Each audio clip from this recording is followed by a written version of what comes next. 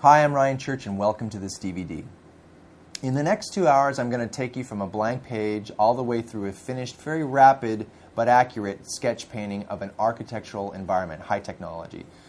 I'm not concerned too much in this one with the architectural design and subtleties and intricacies of that, but more about the general mood and look of the establishing shot that this is supposed to represent. Once I'm done with an image like this, it can then be shared with visual effects supervisors, lighters, modelers, and whoever's working on that final photorealistic shot. So let's get started.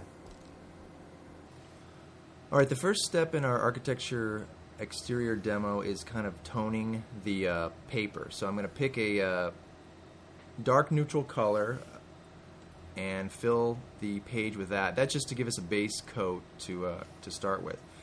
Now, how I work is I've got a couple brushes that Painter 6 allows me to kind of group my brushes down here at the bottom. I've got a drawing brush which I like, and that's going to allow me to rapidly block in some shapes here. So I'm going to lay in a horizon line right here and a vertical. This is going to be a one-point perspective demo, so we're going to kind of go from there. And just once I've got that kind of, I'm setting up my eye line right here on the up-down axis,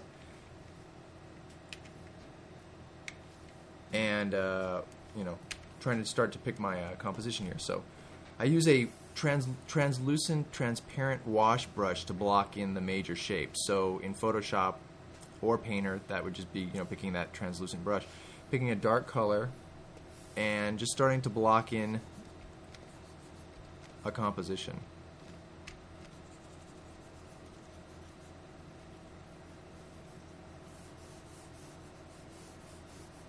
Now, like I said, this is going to be a one-point perspective architectural demo, so it's going to be very moody and atmospheric. It's not going to really be dwelling on the industrial design of the situation, but it's going to be more like a concept for a still in a movie. Actually, it's going to be more about mood and lighting than the type of architecture we're dealing with. So in this particular feature on Painter, when you're blocking these things in, you just kind of find the form here, and you're going to have to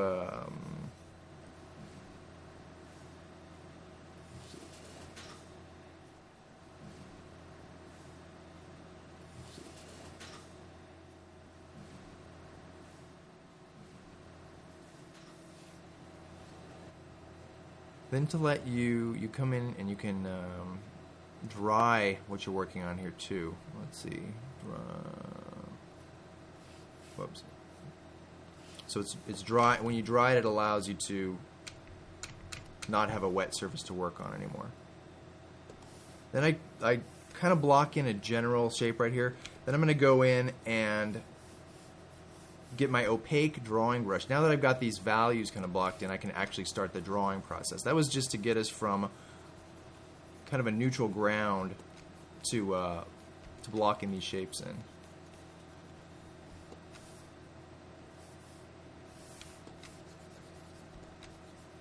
We've got some sky peeking through. I want it to be kind of a daytime but shadowy section of the city, so we're going to have some daylight poking through up here, so that's kind of where we're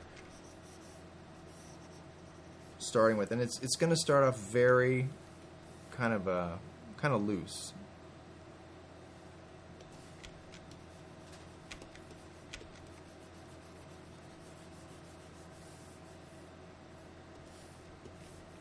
When you see the eyedropper come on, I'm just picking a color that's already in there and using that to draw. It saves time from having to go back here and pick on the color wheel exactly what color you're dealing with.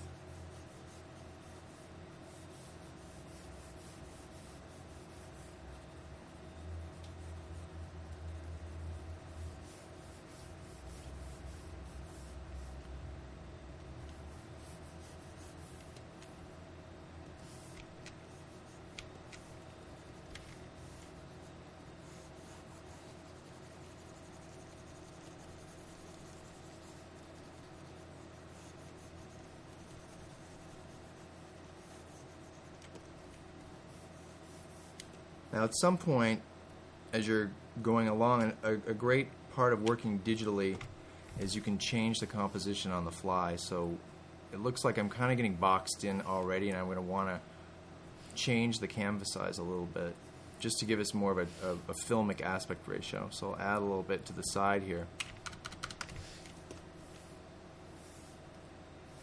Fill that in, and now I've also got a preset that I can arrange my palettes at the bottom of this too. So now I can kind of work resizing a little bit.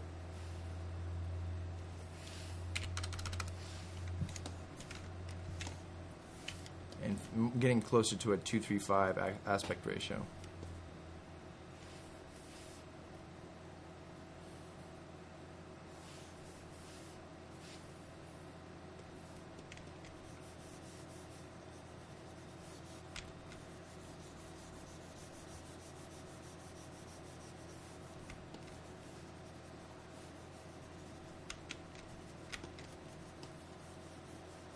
So continuing to block things in general, things that are closer to us are going to be a lot darker.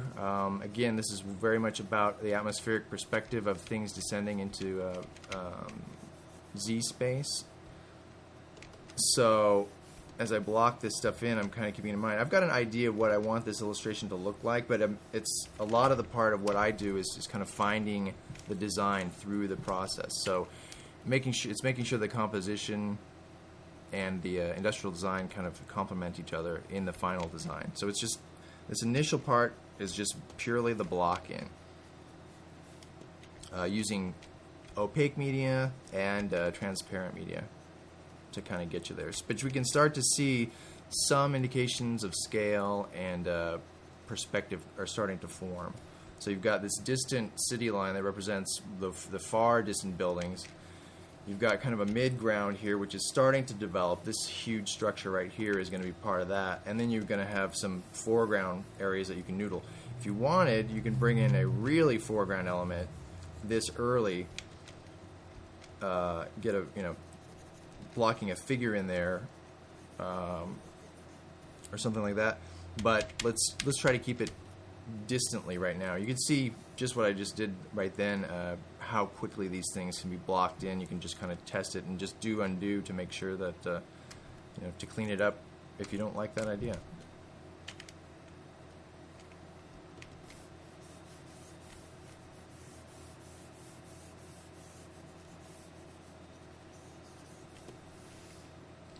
So I'm continuing to refine my composition here. It's getting a little heavy on the left, but I do want to stretch it out a little bit more into 2:3:5. So I'm going to add some pixels to the left, and I'm going to add some to the right, and that'll give us some, start to hone in on the composition that I want. It's just kind of something that you work up to, and when you find something that's starting to work, you just continue along that line until you get it right. Whoops. So continuing to block. So up to this point, we've already got, if you squint your eyes, that's part of the beauty of working low res like this initially, is that you're testing your composition. You can't rely on the detail at this point. You can only rely on the relationship of shapes to one another, and you're just going to have to build up that detail into something that looks like what you want it to look like. Right now, it's more important about the mood and the composition are the dominant parts of your image. So when I flip back and forth like this, I've got a quick key that's set up to do that. Photoshop or Painter allows you to do that, no problem. You just go up, and it's a great way to check your composition, flipping it back and forth. Not that you're ever going to end up this way. Part of the brief might be that the subject matter appears on the left screen right here, but the fact that when you're flipping it like this, it allows you to quickly check perspective and check your composition. It's a great way to do that. So, right now I've just been painting basically, but some other techniques come into play. I've got these kind of blurry brushes, and both Photoshop and Painter have these, and you can go in and kind of soften things to really, again, at this point we're making sure that the composition is really strong. So you can even paint with this, or you can soften lines that you already have. It's a technique in illustration where you're using some hard lines to focus the eye and some soft lines to tell you which parts of the image are less important and less want to draw your eye there. Right now it's a little early for that, but it's also great to paint with. You can see how I've turned that blocked section in, that section that I just blocked in with one color. You can start to drag some of your other colors into it. And without a lot of time or effort, you're already adding some level of detail in there. You know, it's very generic detail at this stage, but again, for what I have in mind, it's very appropriate detail. Keep hitting the wrong. Okay, checking it back and forth. So now that we've got kind of an interesting composition going, we've got, you know, basically suggestions of hints of things. This could be anything at this point. It's very non-specific. What's going to start to take us into what it actually is, which is an architectural study, is the addition of detail. So even at this level, just starting out, you can start to block that stuff in. What kind of buildings are these? Are they, actually these are some kind of unique buildings. They're actually hanging upside down under this eave right here, but you can kind of find out, if you're doing this in a very preliminary way, you can find out what type of architecture you're looking for. Is it something earthbound? Is it something a little more esoteric or hard to read? You know, that's the kind of stuff we're finding out right now, and you're just going to have to play with things. You can, you know, are they soft shapes, like soft dome shapes? Are they more linear shapes? Now, one thing I like to do too is use layers very quickly and efficiently to get atmospheric perspective. I'm using them almost as a mask. So I'll call up a new layer right here, and I'll call up an airbrush, the airbrush. Be able to knock a lot of this back. So right now, this is our dominant foreground, as you can see, and this is kind of in the midground, like I said. But right now, they're competing. They're very close to one another. By hitting that whole area with the airbrush, choosing the sky value, and hitting that all, and then going back in and erasing out with your eraser, it allows you to carve that stuff out really quick. So all I've really done right there is I've added a layer of haze or atmosphere in between the foreground and background. So you'll be seeing me do that technique a lot, actually, to render out shapes when they finally become buildings instead of kind of abstract shapes. Okay. So at this point, it might be a good idea to go in and start tightening it up. So one way to do that is we're kind of hitting our heads on the fact that this is black right now, so we want to kind of lighten up the whole thing. I'll call up a new layer, put a layer of a white fill over it, and then I can just go adjust the opacity of that layer to knock everything back. So again, it's just like adding a sheet of vellum or tracing paper over it to work on. Then I'll merge that layer, drop it down, and now I'll recover my black so that I can go in and start detailing things. And again, you go into this with an idea of what the architecture is going to be, the style, whether it's referring to a Hugh Ferris type of earthbound architecture or something we haven't seen before. I'd like to keep this, since some of the concepts in here are a little push, such as having these hanging upside down buildings. Let's keep them recognizably skyscraper, earthbound skyscraper buildings, rather than trying to introduce a very foreign aesthetic over a foreign compositional technique, so they don't cancel each other out, so you don't make things too hard on yourself. So just going back in here, flipping, getting my 1 point perspective reestablished, and now flipping back, drawing in some of these shapes that we're getting. So the idea is that this is a whole bunch of hanging buildings back there. It's a bit abstract right now, but it'll start to come together as the painting progresses. It's a great idea to stay loose in the beginning and to tighten up as you go along, because if you went in here like this and started working on, what does that little crown look like, you're really losing sight of what the impression of the whole thing is. And that's what this demo is all about. It's about a more filmic resolution rather than a fine industrial design.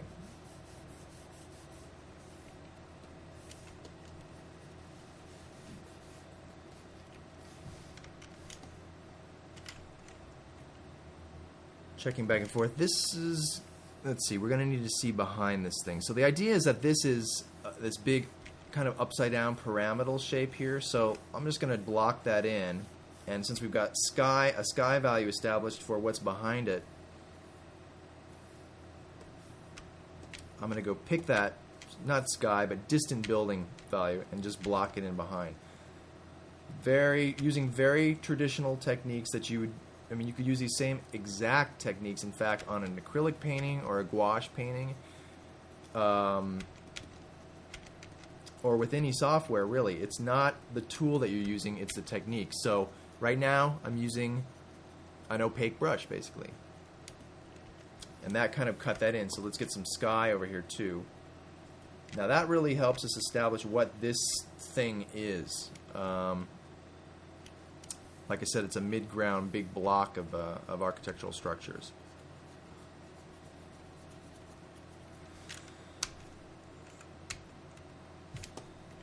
Might be interesting to, instead of, to kind of push this thing conceptually a little bit too, and to help us demo another aspect of rendering, is let's make this a big waterway that's going to our vanishing point. Instead of a big street or something like that that's a little expected in contemporary reality-based city design, let's make this a big water thing. That'll show you how to do reflections too. So to block in those reflections,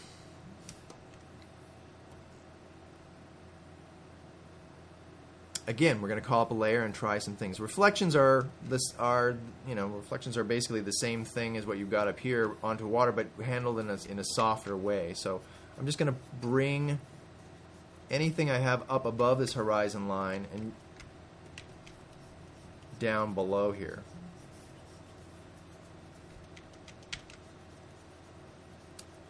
So already we're starting to get that to read. Now to really read is water, and we'll drop that layer. We're done with it. Not keeping the layers too much. When you have a lot of layers on your image, this tends to get really heavy, and you tend to get very attached to those layers. You don't want to mess with it. You might change the opacity a few % or something like that, but since this demo is more about quick sketch indication and finding the design, we don't want to be attached to things like that. So my idea here, I'm illustrating, is that we've got a couple of docks and piers, and let's even, to give a sense of scale, right now everything's a little abstract. No, we don't really have any indication of, this is too far away to put an indication of figures in there, but we can put, a vehicle that we know of, a large ship, or, if we could put a car in the mid-ground or something. The only way you're going to start to sell the scale is if you put in aspects that people know, they know what they are. That there's no question in their mind that, oh, that's a boat. I know how big that boat is. That boat is in front of a huge building, so that's giving you a sense of scale right there.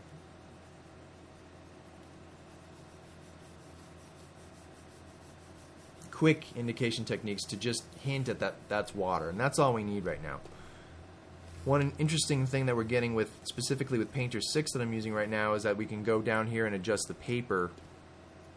So I kind of like to leave the paper contrast up a little bit so that we have some artifacting of an analog type of an approach instead of keeping it all digital, all clean.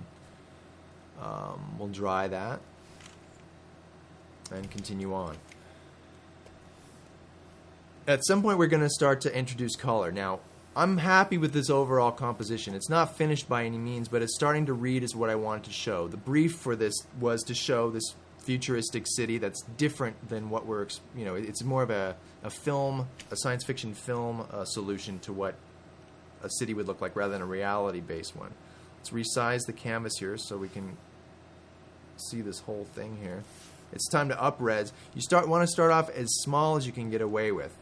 That way, the limitations of your machine are much less of an impediment to your quick and efficient working.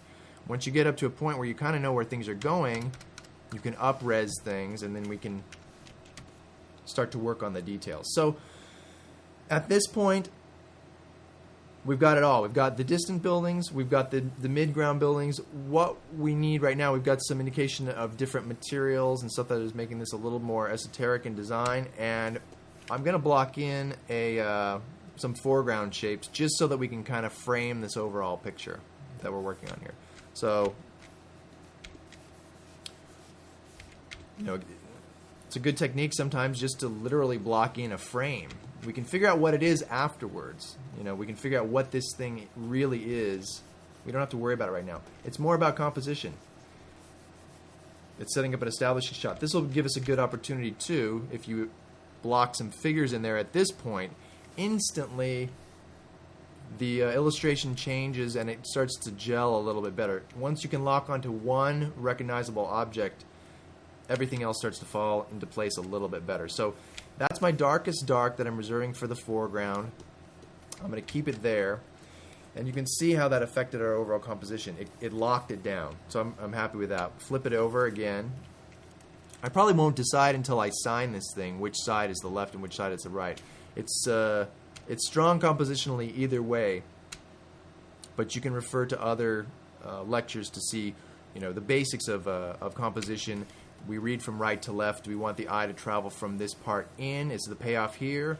Or do we want to instead try to flipping it, start with a payoff and then end over here? Complicated stuff.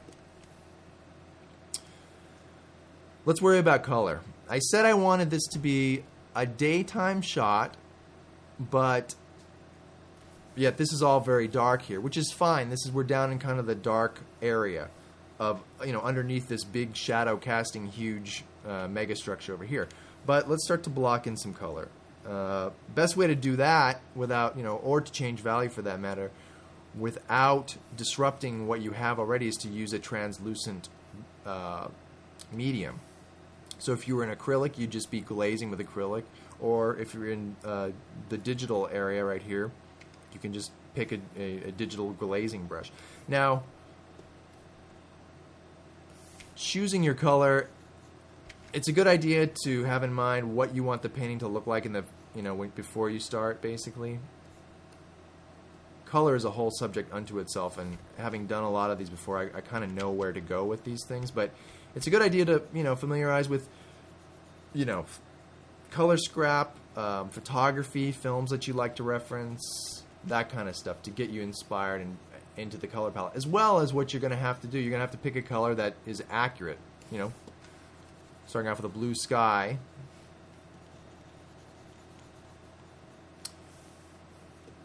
And some warmer colors for some of this architecture. So this is kind of the coloring book local color phase right here. It's pretty easy. You just pick, you know, what is the local color of this object, and you just paint it in.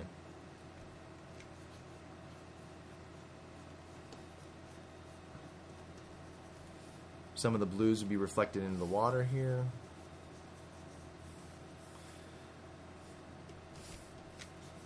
Now at this point it does get to look a little coloring book, but that's not a problem. We're just blocking in colors. We're going to let the computer do a lot of the complicated mixing for us.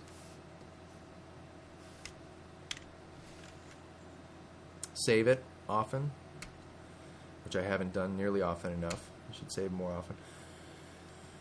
So at this point, our painting is kind of blocked out in a rough way. We've got a strong foreground element here. It's darkest, indicating therefore it's kind of the closest. There's the least amount of atmospheric perspective between us and it. We've got a nice midground with a certain level of detail here, and then we've got a background that's starting to work. Now these local colors that are blocked in are going to help us get part of the way when we light this thing. So what I'm going to do to light it is do my technique where I'm going to select the whole thing. Actually, first of all, let's do this. Deselect it. I'm going to call up a new layer, and what we're going to do right now is we're going to, before you add the light, you want to almost add the dark. So call up a new layer, and we're going to try to turn all the lights off in this scene now that we've got the general darks and lights blocked out. So let's keep the darkness. It's a cool dark. We're going to choose a dark, cool color on a layer and just fill it in. It's going to do its thing. I'm going to reduce the opacity. So this is kind of like, you know, perfect nighttime, all the lights off, and this is what we just did. So somewhere in the middle, I'm not too concerned about losing detail because I don't have much detail to lose. When we start to lose the relationships of values to one another, that's when we want to hold off. But basically turning the lights off and getting it cooled down. That looks pretty good right there. I'm going to drop it. So now it looks like the lights are off overall. Just to push that point home, I'm going to go into brightness contrast and make sure that we're a little bit darker and contrastier. Okay, so that's where we want it right now. So what I'm going to do is I'm going to select all. I'm going to copy all, and I'm going to paste all onto itself. Then I have to go in here and futz with the layers a little bit. I'm going to adjust the transparency so I can calibrate things. And I'm going to drop the top layer right on top of the bottom layer, as you just saw me do right there. Bring the opacity back up, click on and off, using the arrow keys to move it right. Okay, so now you can see as I turn the layer off, it's perfectly registered on top of the other layer. So when we are done doing that, we can zoom back out, and now I can go to my, it's basically a light brush. In Photoshop, it's called Color Dodge. In Painter, it's called Glow. And what it basically lightens towards a color. So if I pick a dark blue, you can see here, it lightens toward that blue. If I pick an orange, it's going to lighten toward that orange. So I pick a dark, relatively saturated color of what I want the main light source to be. You're going to introduce one light at a time, and this is the biggest light. This is the sun. So I'm going to just kind of zoom back out because composition is more important than the details here. Zoom back out and just start to hit the background with this light. And I'm going to constantly kind of shift the color around just so it doesn't end up completely, monochromatic. I'm going to add to the interest of the shot. As I get over here, this is kind of, we're getting some lens flare or lens glare interaction with the lens over here. By the time it gets over here, go to a cooler warm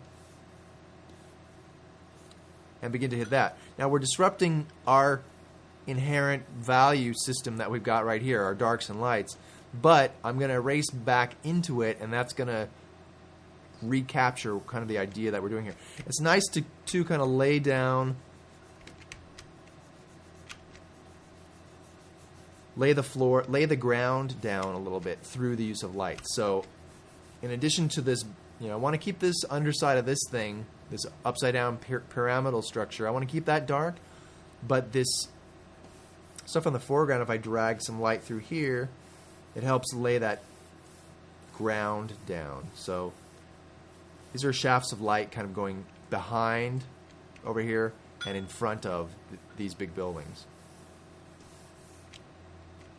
Even creeping some up the side of these buildings. So now these things instantly kind of turn from these kind of very abstract vertical shapes. Now that at least they're turning the corner. There's a light side and a dark side. So that's what we're kind of doing here. And you don't have to be too precise because all you're looking for is the color mixing. You're going to go in and render it later on. So making sure our foreground is hitting. So hopefully you've done, your research. You know what kind of a scene you're going to depict here, and you know how, you know what light looks like when it's kind of interacting with these kind of structures and stuff. So it's just kind of pooling it in an interesting shape. When I pull all the way out, that's what really counts to me right here. Is the light and dark patterns. So now that I've got one layer below that has the lights turned off, but strong value relationships, and one layer sandwiched right over it with the lights on, but kind of messy, I can go back in and I can erase out the shadows back out.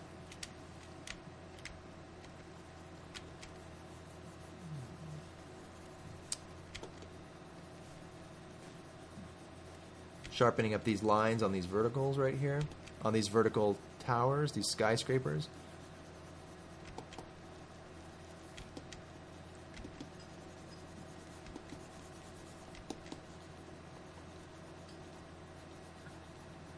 Again, very rough. We don't have to be concerned with losing detail or gaining too much detail. We're going to go in and render it after we're done. But this is getting the squint test going.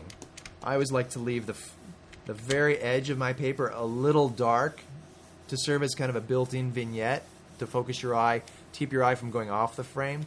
So that's why I went and kind of re-erased that. But now I've got this still light foreground in here, and I'm just going to exactly erase out everything. You know, it's basically casting the shadows that are originating at the base of these buildings. Even back here, erasing it back out. This building is entirely in shadow, so I'm going to erase it all the way out. Some of these details.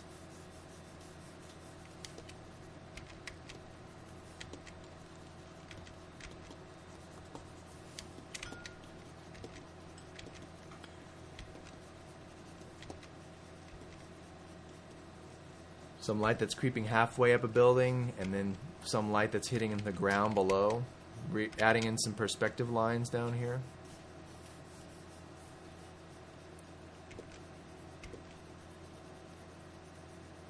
You're really painting the light onto the structures, which is really nice. At this point, you just drop it off. Oh, you don't make it go away. You drop it in a painter lingo. You drop the layer. Whoops. Let's undo that because I forgot to cast a shadow behind this boat here. So I just undid it. There we go. Now there's a shadow on this side of the boat. Light coming through here between these buildings, right through here. Boom.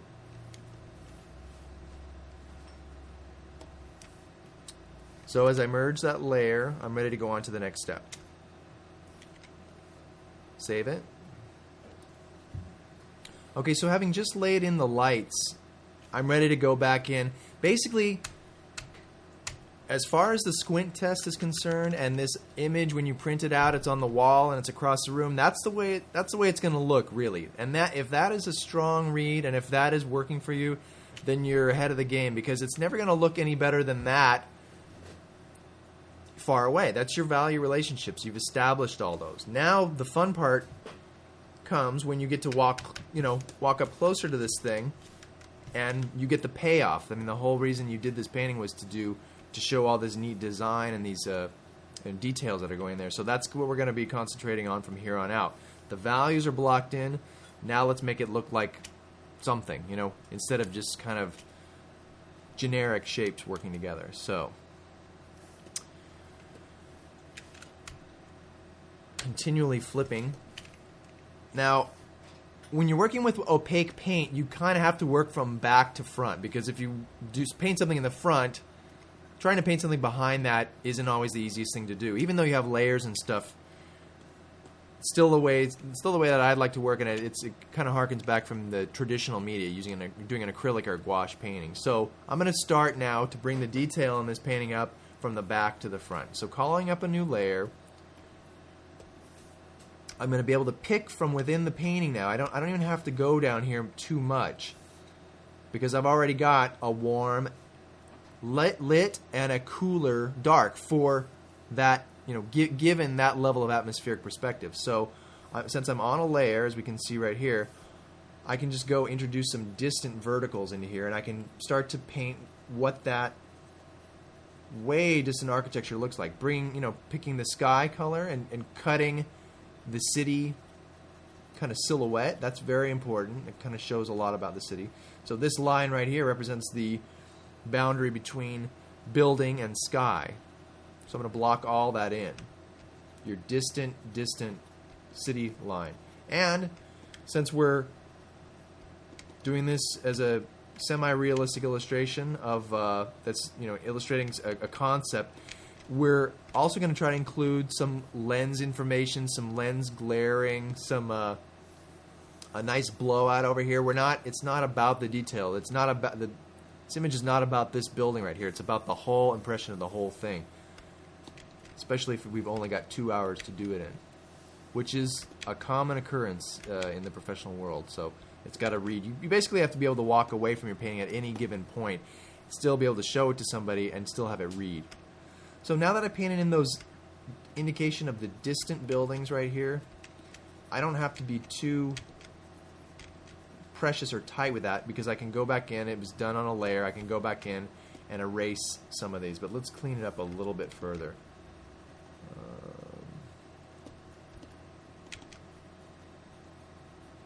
pretty generic buildings right now. We'll get to some detail, but the theme is definitely tall and vertical.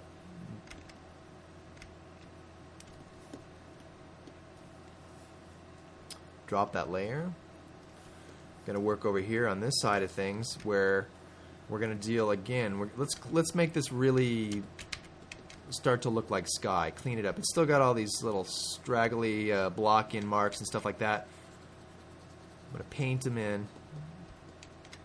Clean it up a little bit. Save.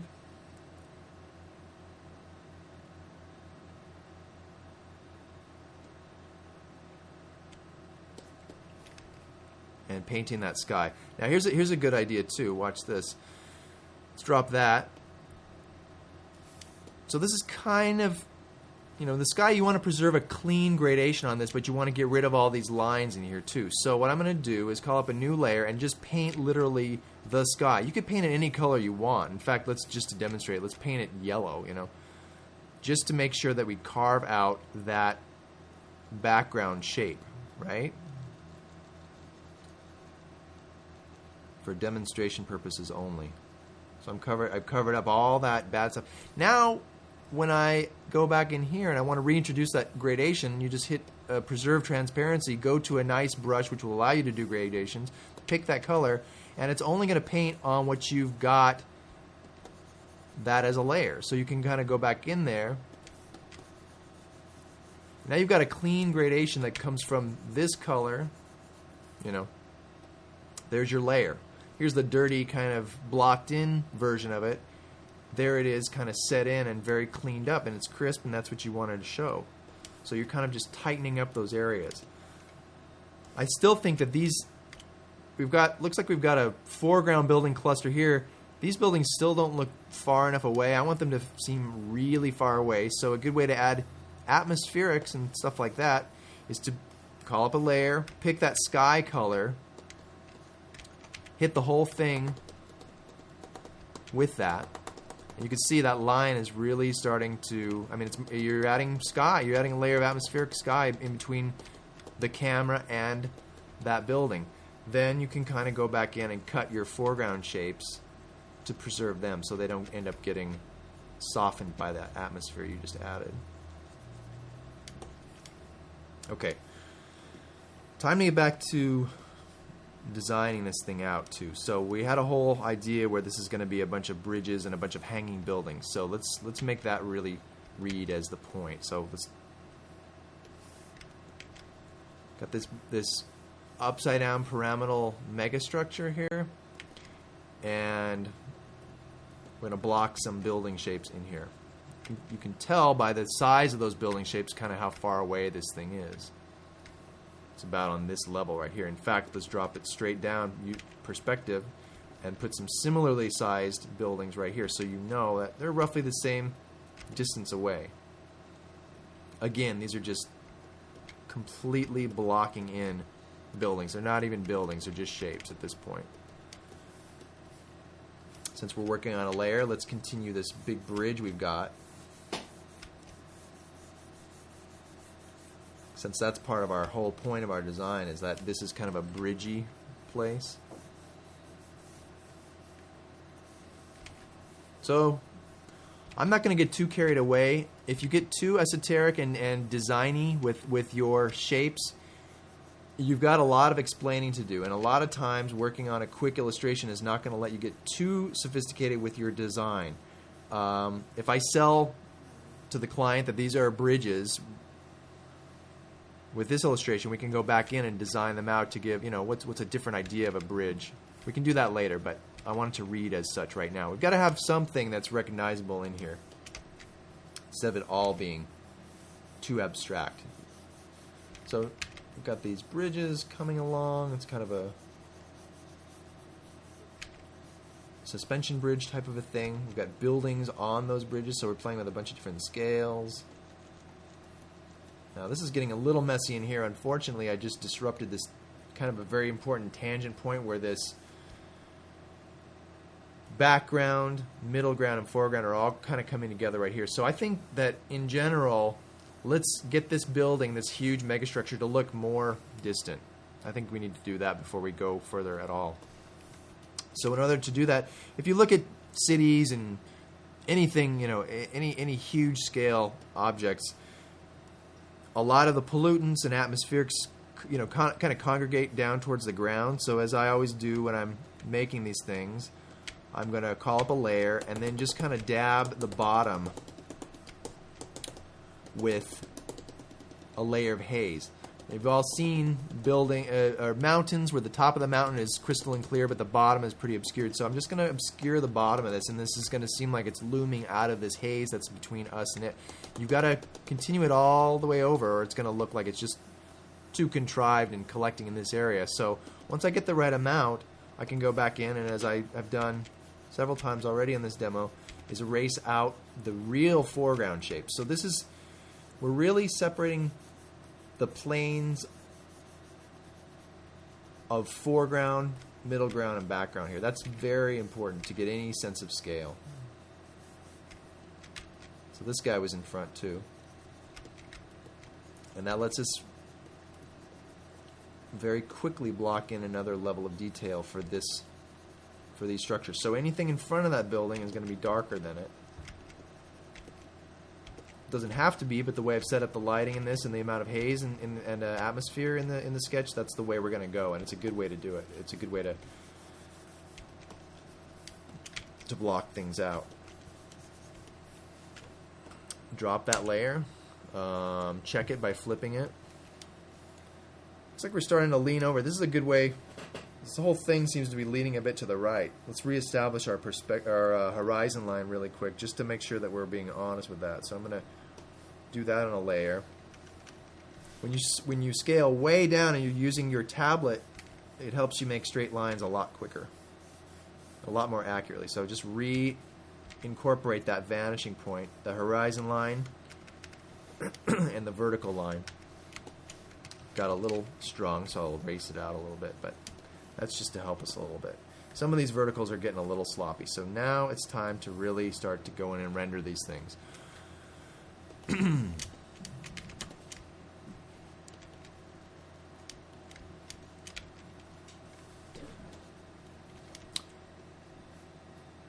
So now we're going to go in and start to noodle this thing and have fun. We got the planes reading really well. Our foreground, I'm going to re-establish that as the darkest dark. Our foreground is this dark thing. We're not going to deal with it quite yet. We'll make it show up a little bit later. But our midground is looking really nice and big and huge and atmospheric. Just time to go in and paint some. We've got to start painting real things at some point here. It can't all just be these blocks of color. So I'm going to start to address a little sloppiness. These buildings are leaning over a little bit, so I'm going to correct them a little bit. Start to draw some detail in there. And again, maybe now it's time to break away from our typical and very abstracted building shapes. So let's go in and design some building types in here. Maybe types that we haven't seen, just to get some variety in there.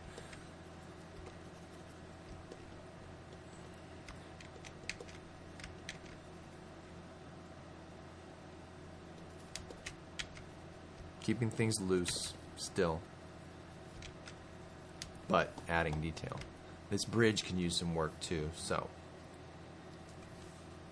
you'll see as I work here, a good way to do it is to use layers a lot, where you're drawing one or two, you're working on one or two little areas. Like I'll work on hitting the top of this thing with a light,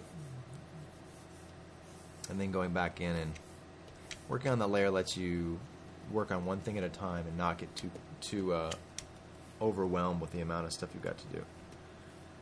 Okay. Add some docks and some boats here out on the water. Remember, this is water. We're going to have to work on that a little bit. It's starting to look more like a matte surface. We got to get some reflections pulled down into here. So a good way to do that is you could either work with a translucent medium, or I've got a layer called up right here. Let's just bring some of it, since this is what water does. It's a big reflective surface. Just bring some color from top down, straight down into the bottom. And then you can go in and erase out, like I said, your real detail, and then you can even give it a little bit of a, you can reestablish that, the ripple effect, or the fact that water is not a perfectly reflecting surface, but it's got some detail on the surface right there that you have to deal with. So that looks a little more like water. We'll work on that a little bit more as we get into it, but right now I'm just working on the character of this city. Each little thing, it's just as I did before. It's another level of detail, but it's little indicated details at this point. It's almost as if we're going in, so we've got the whole painting blocked in. Now let's go in to this area and block this in. I'm doing it zoomed out most of the time because it helps me keep it relative to what else is going on the frame, on the painting. But I wouldn't normally work this way. But if I wanted to get carried away and I said, okay, if this is really a dock, let's make it look like a dock. You've got some indication of some vehicles around here. You've got maybe cranes, and you know, one or two lines can indicate a lot. We're not designing the crane. This painting is not about that crane. It's about the whole setting in that context. You can get around to it later if you want, because that's the beauty about a lot of these paintings too, is that at any point you can stop, you can get feedback, and then you can up-res this thing. You know, you can res this thing up to whatever, however big you want it to work, and you can start to resolve things at this detail. You can make that a crane. You can start to put figures here. That's not what this painting is about. If this demo was 20 or 30 hours long, it might be, but right now, still giving it that kind of scale overall quickly is what we're kind of after.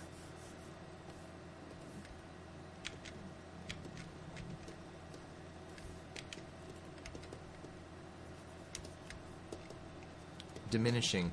Again, we've got roughly similar shape. We've got a couple of groups. We've got a big buildings, and then we've got our little buildings here. And if the little buildings get smaller and smaller and less detail as they recede back here, that's only helping our perspective work. Let's work on designing this bridge stuff out a little bit better. It's a little generic right now. So, again, not worried about that yet. We'll worry about exactly what that is, but it is nice to give an indication that that's, you know, a suspension bridge. Little light posts, things on top of it. Always keeping, we've got now a lighting setup established where our light is hitting the right side of the forms. Let's start to make, you know, some more interesting shapes for the tops of these buildings. This is the really fun part when you get to be the, you know, you're not worried about the 2D design so much, because if everything works within the 2D setup that you've got here, then you're okay. You can go in and noodle this thing. You can make it look like whatever you want. You can go in and enjoy the process of creating the unique architecture, or, you know, being an architect for that moment, being an industrial designer, more than the illustrator's cap that you've been wearing up to this point.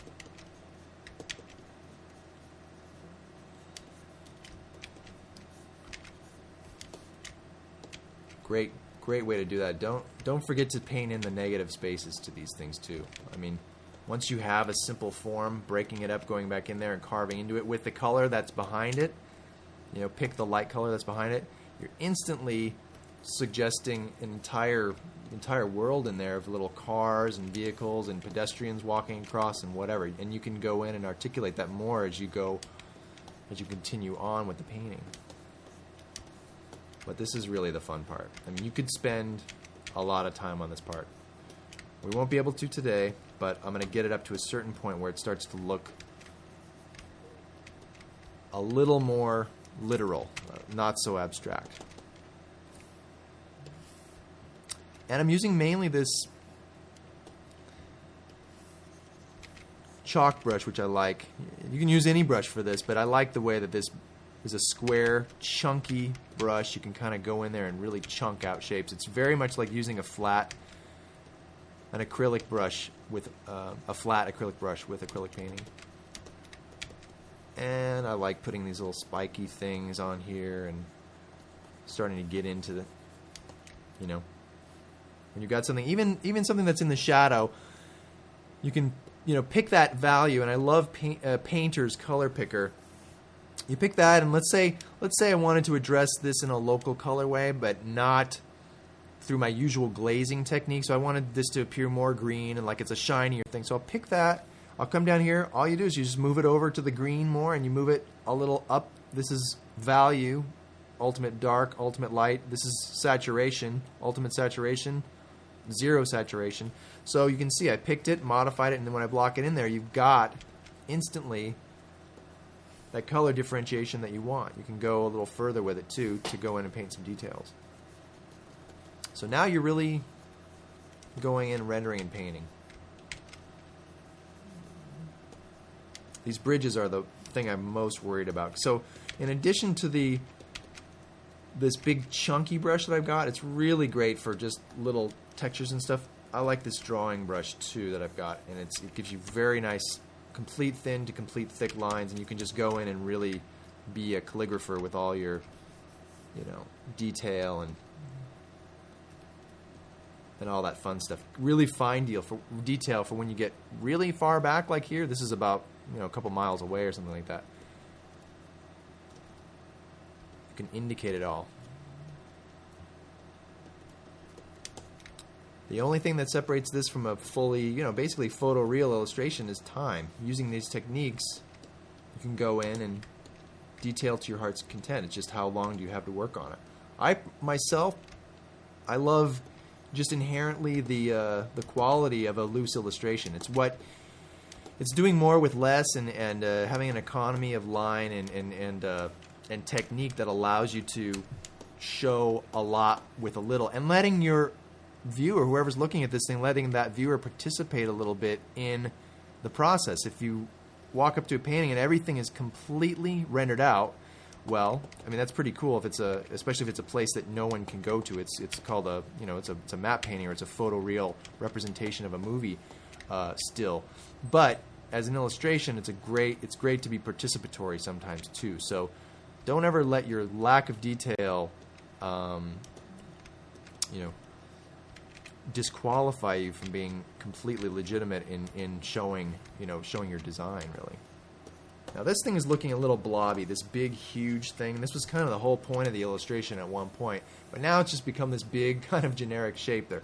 So we're gonna have to go within there, and since we're gonna have to start rendering this thing out, and we've already got a value range established. We got a value range of atmosphere from low down here, this is kind of hazy, to less hazy, but we've also got something working along the distance. These buildings are much closer than this building, so let's work on that. Let's call up a layer. Let's reestablish our vanishing point right here on that thing. So on a new layer, we've got full black, and we will draw on that layer just lines radiating out from your vanishing point. It can be either a 2-point or 1 point, it doesn't matter. Just draw back to there. So I laid out these kind of construction lines to my visible vanishing point here. I've got another vanishing point too off to the side, so I'm just going to kind of freehand those in, kind of guess where it is over there. Just as long as they're kind of converging lines, it should be fine. They're converging over here somewhere, way off frame to the right. So now that I've got that grid set up, I can go in there and start to build, to actually draw some of these buildings that I've got in here. I should be really dealing with value at this point, but I kind of want to resolve the design and get some big shapes in there. Really make these things. The point that you're getting the real payoff for the hanging buildings is on the silhouette. This is a very important edge right here. So that needs to be really designed. Everywhere else in here, you're kind of, it's getting more subtle value-wise, but here you've got the darks against lights right here, and the silhouette's really going to show up. So you want to make the point, hey, these are hanging buildings. So you get to this point, you can go in and erase out the construction lines that are kind of getting in the way. These, which are out over your sky, which are completely irrelevant. But just leave them on in here. they look fine. They look very confident, and they look like, you know, they're going to really help you as it goes along. So then, okay, so it's erase where we don't need it. Then go back in. I'm going to continue to draw a little bit and decide what those buildings look like. Don't forget, since we're working digitally, you can pick here too. You can draw. I don't have to draw with black all the time, right? I can draw with a light color too. So you can cut back up into that form a little bit. So you're just working on that edge right there, getting it to separate from what's behind it. And then drawing even, you know, some indication that this is kind of more of a honeycomb structure. So when you put a little dot or something within it, you're showing that this thing is really a bunch of stuff hanging down. Okay, I'm happy with that. Let's erase. We kind of drew over some of our foreground buildings too, which isn't bad. It reinforces it, but we're just going to knock that back a little bit. Drop it and merge down. Actually, let's undo that and let's take the whole opacity of what I just did down a little bit because it's a little aggressive. Okay, better. Now, let's see, where we're really going to, let's flip this over, where we're really going to be able to see this. So we've got kind of a subtle lighting situation over here. We've got darks. Let's work on, let's pick a color for the bounce light that's occurring. The sun is over here, and it's coming down here, but it's kind of bouncing around and mixing around, and you do have a lot of fill from the sky over here. The sky, it's not nighttime yet. It's this big, bright blue sky coming from over here. So I want to pick that color, which is kind of the same color, which is a result of kind of the local color that we blocked in way early. You can still see a remnant of that right here. And whatever lighting has occurred to this point, but we haven't dealt with it much from lighting. So to get that bounce color, let's pick that base color, eyedropper it, it's down here now, and let's go lighter than that, of course, to get it lighter, and let's just move it in one direction or the other. Let's say the sky is a little greener than the surrounding buildings. So now we've got a color with which we can hit the right-hand side, since that's the side that's facing out to the sky. Let's hit that. Let's go in there and try to shape some of those buildings. So now you can see that working. You can see that our buildings are starting to turn the corner a little bit. And they're starting to look like, well, if not buildings, they're at least starting to look like individual structures that are hanging from this. So that's kind of nice. You can even go a little bit lighter. Some of these buildings might be really shiny. You, again, select that color. You go more saturated, let's say, and more into that other color area of greens to differentiate it from this area of the color wheel, which is the kind of the dominant color. So go in, do some of your details. Let's even punch it up a little bit more so it's a little bit more obvious. At this stage we can be, you know, and always, since this is the side of the building that's facing the right side, all these lines are really going to the vanishing point. As you can see, this vanishing point right down here. So if there's detail lines, horizontal lines, it's kind of going that way. And since I've got these construction lines anywhere around here anyways, I can just follow those and kind of kill two birds with one stone. Just an idea of what kind of surface development these buildings have. So that's already starting to turn the corner over here, which is a good thing. It was looking like that big kind of lump that we had. Now it's actually reading as something. Of course, we've got this big foreground element here in there. And now that I look at it, since we've got all this rectilinear stuff, this is a great feature of Painter 6 and other painters personally, but this is the all Painter has this. You hit Alt in the space bar and you're able to rotate the canvas. Is a great tool. Let's get it upside down. Since we've got all this rectilinear stuff, so we've got contrast, we've got light back here and dark here. Let's have it contrast not only light and dark and color, which we don't really have since this is black, but let's have it shaped too. So let's make this a nice soft shape or collection of soft shapes in the front, just so when you see it, now there's really no question that this is different. Before it was a little, it's the same shapes, it's the same rectilinear aspect. Now it's this big curvy shape in front of these very strong linear shapes. So let's do that on the bottom, as a matter of fact, just to keep that architecture consistent. going to get rid of these guys that I have standing here, but they haven't been doing much this whole painting anyway, so we're not too worried about them. So now things are getting really clarified.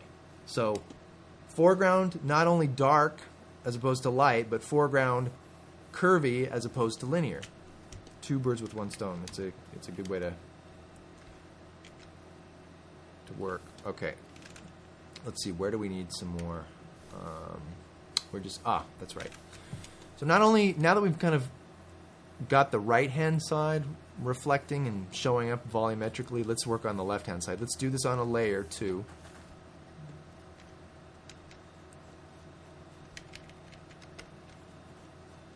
And since it's on a layer, we don't really have to worry about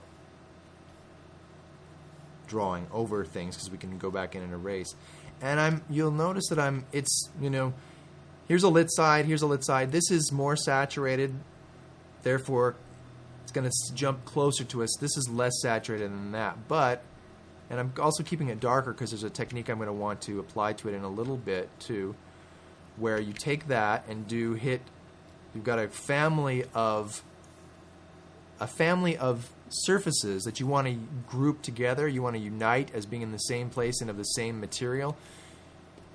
Preserve transparency, and since the sun is right over here on the horizon, we're going to hit all that. Since the transparency is preserved, we're going to hit that with, in other words, every surface that I just drew, which represents corresponding left-hand surface on all these shapes, is going to get this glow on it. It's going to be affected in the same way. Then I take off preserve transparency. We've got this nice shape now. It looks like it's being hit by the sun that's off to the left, but we erase out from under it, or out from in front of it, and it makes it go behind that. So now we've got aspects of sunlight hitting directly onto these things, and I like how that's working. So let's do a little bit more of that. Start darker though, since we have some place to go from the middle tones. Not too much in here because we do want this to remain kind of dark and in the background. Do those shapes, erase in front of it, and drop it. Now, with all this light pollution going on the right-hand side, look at this. Our bridge value right there, you pick it, it's way down there, and you pick it out something that's supposed to be, 2 miles further away from it, and that only jumps up that much. It's time to knock this thing back. It's competing with the foreground. It's getting lost with the foreground.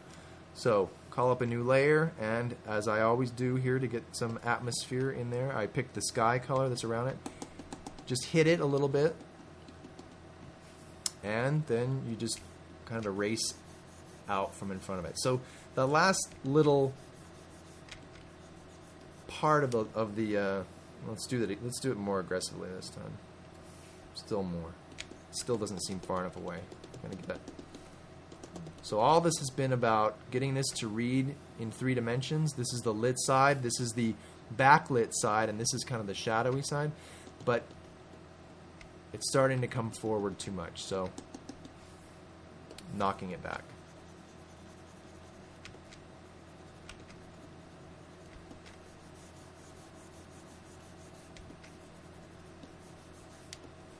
There we go, that's working much better. Maybe a little too much. Since it's all on a layer, we can play with the opacity. There it is with 0 atmosphere. That looks far enough away right there.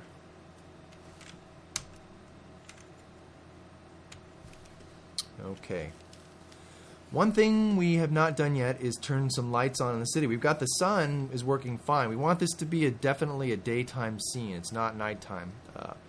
But a lot of this stuff is in the shadow. That's what gives it that interesting. I mean, I chose this very interesting time of day, this kind of very late day, raking light time of day, for a reason, so that we could play with cool and warm instead of all our shadows being cast vertically down. They're cast from right to left. So let's get since we've got this dark area in here, let's take advantage of it and show that this is a populated, bustling city instead of something that's just all the lights are turned off. So when we add a light, I'm going to select it all, copy it, paste it over, zoom in, kind of a pain of a step, but it must be done. calibrate it on top of there. Use the arrow keys to make sure it's really lining up. Okay, there we go. I turn the layer on and off and there's no discernible movement, so that means they're perfectly calibrated. Now let's start to hit some of these with some internal or some city type human created lighting. Normally you're going to want to, the foreground is going to be warm and the background is going to be cool. We've already got kind of that working where this area right here is warmer than this area, but we're going to have to go for cool for these lights, just so they will be differentiated. If we made the lights this color, would kind of tend to make the painting look monochromatic, or we would kind of start to lose. We wouldn't be able to tell, is that sunlight hitting, is that artificial light? So by making them obviously different, it's going to help us separate those two things out. So let's block in those human-created technological light sources. As usual, let's get the glow brush or color dodge brush. Don't want to be too, want to keep the palette fairly sophisticated, so let's not get too saturated. That's probably realistic. So let's just start to paint in some shapes. We're not even worried about making it look like lights per se. I mean, a couple of these would be nice vertical floodlight type things, but let's just worry about getting enough light down in there so that it looks right to the eye. So again, since this is all on a layer, we can go back in and erase out what we don't like. So we can be really kind of hit it over the head. Don't have to be too subtle at this point. And let's not have them all be green lights. Let's, give it some variety here. Some warm. I mean, remaining in a color family, but not being locked to that specific color. Even bringing those lights up into here. And I would consider these not the point light sources that you'd see of an open window or of the bulb of a street light or traffic light, but these are more flood lit areas. This is how the light is hitting the surface. Basically, you're painting the light that's casted out. Let's even go over here somewhere. We'll worry about the foreground in a bit. That's going to be a special area that's handled in a special way. But so it's looking a little monochromatic. Let's get some more colors in there. These up lights. You got to study what lighting looks like in real cities, unless you're going to just completely make it up and go for something that you want intentionally to be different. But this kind of works for that. Now you can also illuminate big polluted areas, not pollution in the bad sense of the word, but polluted like the light. Like a light is hitting a foggy area. That gives you great separation between fronts and backs. So this is a comfortable, let's get some more color variation over here. This looks comfortably lit. When you shrink it down there, it looks like something's going on. A little saturated probably, but then when you come back in, it's going to get a lot more subtle when you erase out what's in the foreground here. Now you can really say there's some shapes of some whatever. There's people walking around. There's little, dockside buildings and stuff like that. You can even go in and you can start to delineate some of the form and the architecture by, cutting holes out of the lit pattern. It's a lit surface, so you're painting in the shadows right now. A good way to paint an under shelf is to have the bottom, like this is very tight line on the bottom, and then enlarge the brush and paint it out and feather out that top, so that way it looks like the light is coming from below, kind of spilling up the side like that. There are many, many ways to do this, to render this. This is just, and this kind of goes, the statement kind of applies to all of my lectures here, is that this is my way that I found. It's a quick way, it's a very quick and effective solution to get you really far in not a lot of time.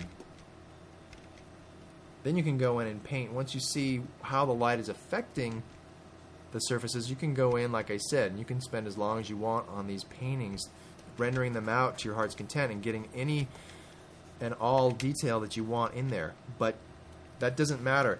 If your composition starts to get muddy, or you start to lose that basic composition that you started early on, which you would check by doing, zooming way out, then, you better have some great detail in there, because that's all you have, really. You need to have, the composition needs to work. When you're doing this kind of a painting,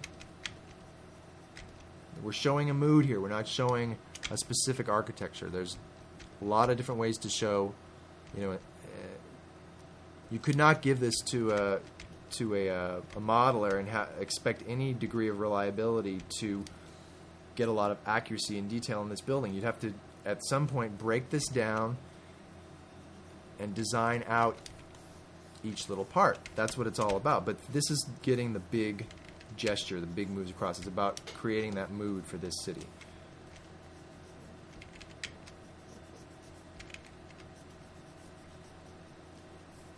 So I get, pretty gestural with all this stuff, as I have been up to this point, but it's just blocking in the shapes. So now it looks like there's something in front of these lit paths. So this is something in front of a lit area right here.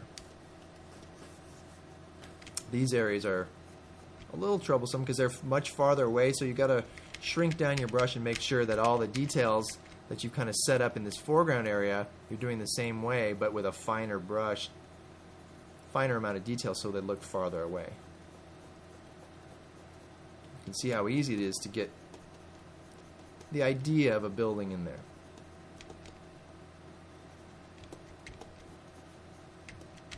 There are other techniques I'll show you to get the actual look of those pinpoint lights that you see in there that really make it look like a building.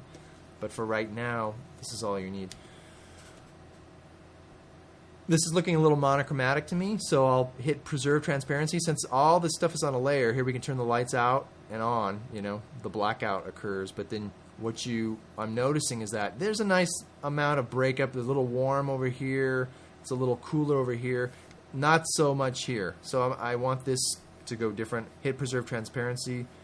Choose a different color that's going to, let's see. Ooh, I did that whole thing on the layer. And that way you're going to be able to just warm up that little section. So now it looks a little less monochromatic. Okay. Drop that layer. Save quickly. Okay, so my middle ground's looking pretty good. My background, let's get that up to snuff really quickly, because it really should have been handled a while ago, but I got carried away with that midground a little bit. So all of our buildings here, again using a smaller, thinner brush, get really fine, thin detail, but very low contrast. If you start to get fine detail with a lot of contrast, your eye is going to jump back there. So this is about getting little low contrast details. It's little because it's far, it's low contrast because it's far, atmospherically far. And I kind of get the feeling that this is kind of becoming mushy back here, so I'm going to add kind of a dominant shape back here. So kind of a different kind of a building. And why did I do that perhaps? Well, I think I just subliminally sensed that, hey, this is our payoff. This is where our 1 point vanishing lines are going to. So I'm going to give a little, little extra special payoff to that building back there. I don't know what it looks like, but it looks like something different. Some lighting going on back there. Okay. Sometime way back, we decided that this was water. It's not really looking like water. Let's draw those boats in. So these are big steamer boats, big tankers with superstructures on top. Let's make it look that way. Just getting some of that detail that's in the rest of our city in there.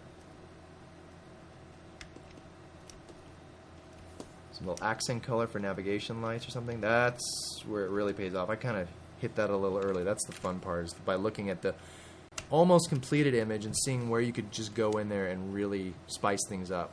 But now your eye's going to go here, and so you should spend a little extra time on rendering it, making it look kind of like a boat.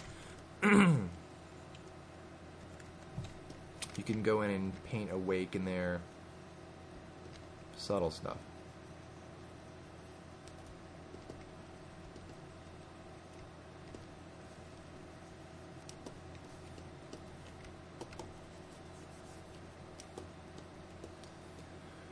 Okay, so let's continue to turn the lights on here.